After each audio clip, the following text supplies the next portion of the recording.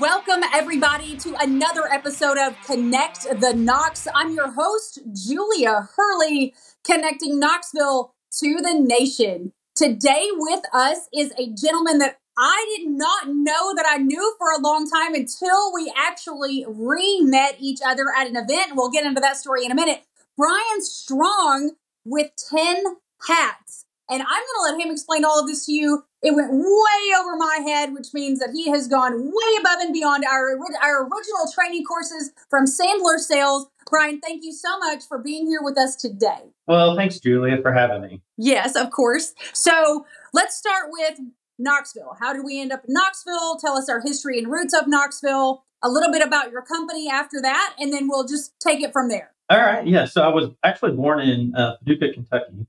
My mom and dad moved from, dad started at Oak Ridge National Lab. Before that, moved to Paducah. And then I lived 4 years in California in 5th, 6th, 7th, and 8th grade. And then moved here 4 days before I started Farragut High School. And so I've been here ever since. While I was in college, I was a finance major, started doing a little bit of financial planning, and really decided that I didn't want the responsibility of picking stocks for people that would ultimately end up in their retirement being successful or the demise. So I didn't want to watch the stock market every day. I got into sales. So it's kind of funny. My first sales job, I sold railroad materials, actual rails and spikes and turnouts and stuff like that. And then from there, went on to like telecom and then into IT. So I always kind of find it kind of funny from the standpoint of my career. I was heavy industrial for some of the very first technologies, old technologies of just a railroad system, and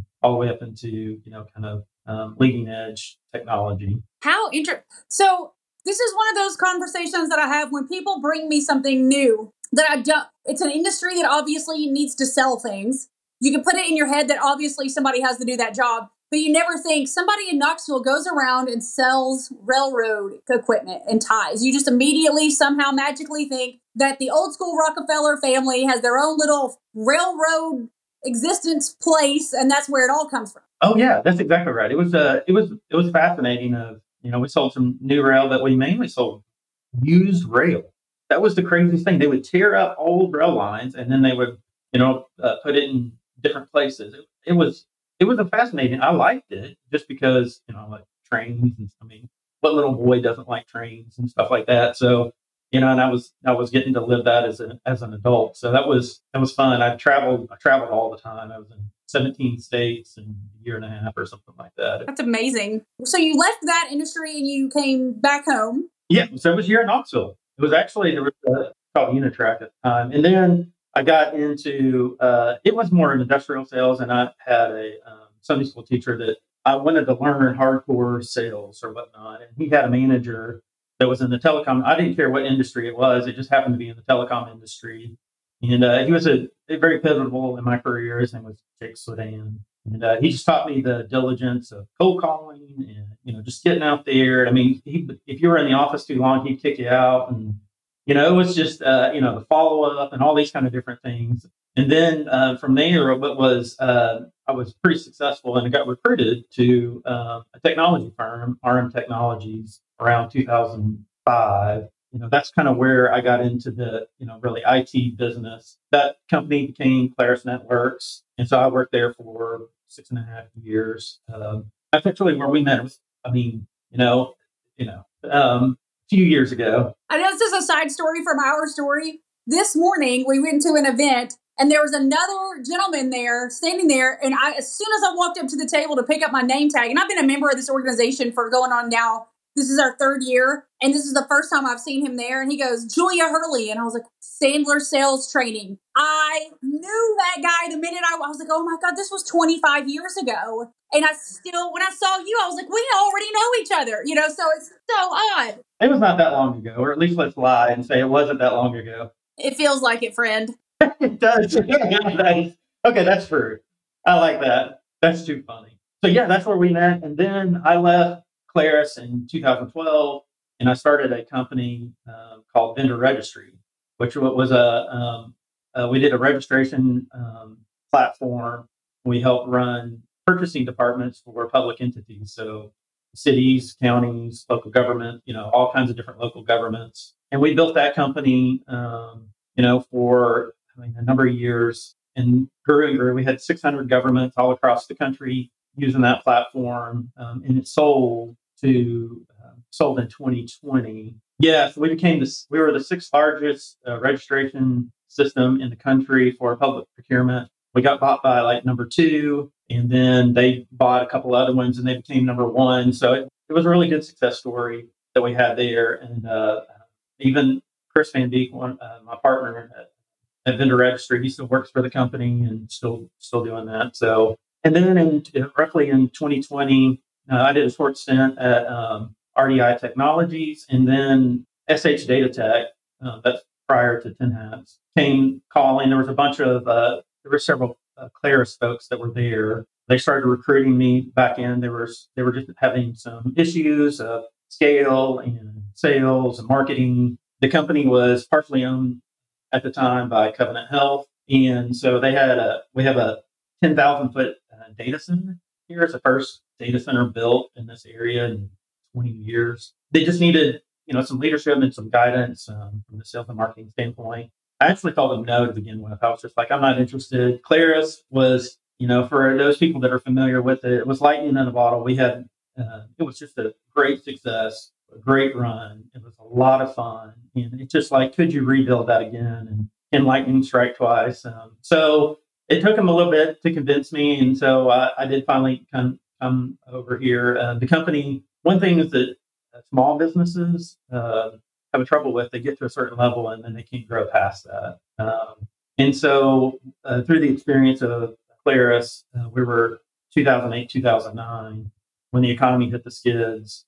We went from, I think it was like 55, 60 employees down to like 23 in like 90, 120 days, something like that. I mean, it was all our projects dried up, and Larry Bodie was the CEO at the time, and he goes, hey, that was a time too when if you lost your job, you couldn't find one. I mean, it was terrible. We were bleeding money, and just Larry and the leadership, and I really rallied the team, goes, hey, you guys are all handpicked. We're going to have to change our process, procedures. We're going to have to do a bunch of different things, but if you guys just stick with me, we can grow.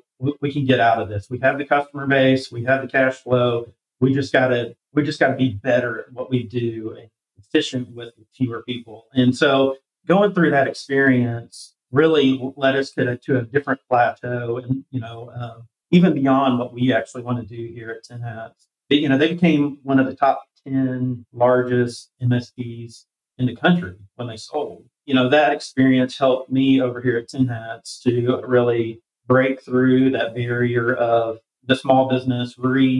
Covenant was really good about letting me recruit my team and put those people in place that we could build the organization to scale and to grow. And over the last 3 years, we've actually grown by like 500%. Ryan, you're killing it down there in Knoxville.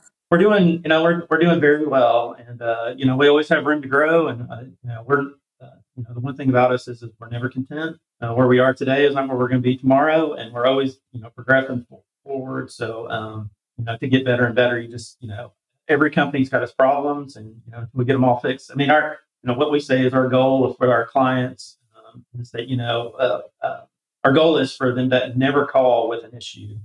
Is that achievable? Probably not. But every time we strive to get a little bit closer to that, our ticket count goes down, the reliability goes up. It's a symbiotic relationship where it's good for the client, it's good for the company, and we all can win together. Over my head. It's not an industry I'm actually familiar with in any capacity at all outside of the generalization of it. And I'm going to bet the people listening to this podcast are considering relocating to the market, possibly employment in the market. Explain it. Yeah. So basically what TenHats is two different companies kind of rolled up into one. We actually have a data center where we house servers. And so we have lots of internet connectivity. We have a lot of redundancy in here. So if the power goes out, we've got generator backup and UPS and all that stuff. So if you're an industry moving into town, it's a very unique asset. It's one of the 16 major assets that a community needs is like good IT infrastructure. And so that's what we provide for, larger companies to be able to house their servers. Also, on the MSP side, we're an IT firm, consulting firm.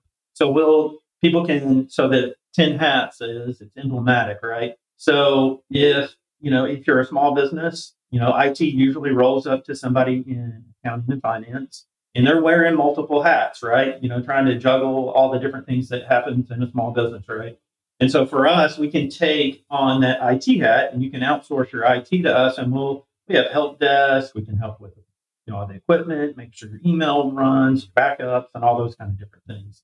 But if you're a larger company, the way we look at it too is that you may have an IT staff, and they're proficient at like 6 of the 10 different functions of IT. Well, we can come along beside them and take those other 4 to help the company be, successful and well-rounded. We partner with a lot of larger companies here in town that have IT staff. Half of our customers have IT staff, right now. They could have we have one that has a couple dozen. Yeah, so we kind of fit in that niche kind of wherever, kind of morph to whatever we need. So that's really interesting. Genuinely, because I'm a business owner and I've been a business recruiter and I've worked with chambers, I still don't even know the 16 things that companies truly look for. Knoxville is just so well suited for everything, but I would assume that being the technology corridor, as we are at this point in our tenure as Knoxville, that is something that would be high on that list, especially now that we have Amazon and things along that nature that really, really, really need their IT department come heck or high water. It's got to be up. It's got to be running. The information's got to be there. The servers have to run. How big is your facility? And do you have plans to keep growing that? Yeah. So, basically our facility is 10,000 square feet. So we can hold roughly 400 racks of equipment. We have, in the data center world, it's really the amount of power. It's interesting. It's the amount of power you can pull into the facility.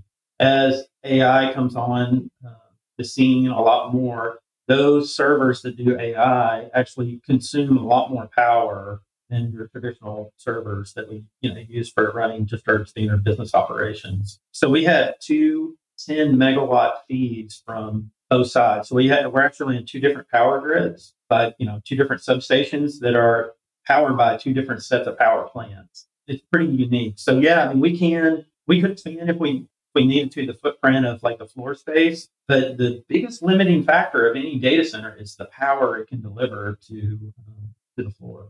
We all know that real estate is location, location, location.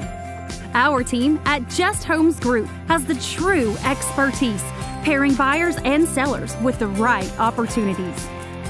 Whether you're looking to buy or sell a home right here in Knoxville, Lenoir City, Clinton, or Farragut, we have the expertise throughout every Knoxville surrounding area. Call Just Homes Group today. So I remember one of my very first real estate deals was a purchase for Lenoir City Utility Board for a substation off North Shore. And I remember they had rolling blackouts during that time. It was either during the construction of or right after the construction of the Target shopping center. And I remember this happening. It was just this entire power grid meltdown of making sure that as we continue to grow, there are substations to get electricity. And being as where we are, lucky that we have TVA and all the things that we have that bring in our electricity, we create a large amount of our own electricity. Where do you see that entire industry going? Because I have the feeling that you're going to need to continue to grow as Knoxville continues to grow and brings these larger industries in, and you'll need more power. Where is this? Is there like a conjuncture with TVA? Is it a conjunction with Visit Knoxville, the chamber? How does that all work for you? So that's a big challenge in our industry today. And I keep talking, this is a subject that keeps coming up. Power is going to be a limited resource as we move forward. I don't blame TVA or anything like that. It's, the forecast of AI that those servers are consuming 4 times the amount of power. There's an estimation over the next 2 to 3 years that, data centers will consume 1/3 of the power in the world. And so it's, and when TVA is, or KB or any of these, well, it's really TVA doing the power plants. They're looking at it at 10 to 20 year horizon. And to build a facility, it takes 10 years, right? And then all the regulations. And, from the political standpoint, there are pressures to be more green from that standpoint, but the demand of power is exceeding what those capacities, what those technologies can do at this point. So it's funny, and then we also have EVs that are coming on to the scene too, and they're consuming a lot of power as well. So it's a really interesting time where the regulations are coming down to make it cleaner, which I agree with. I mean, I don't disagree with any of this. We want a healthy Earth from that standpoint, but the power demands are increasing and the regulations are squeezing. So, I mean, power companies have they're walking like a tightrope from trying to the demands. I was talking to a industry expert a couple months ago, and they were talking to a data center operator that wanted a 1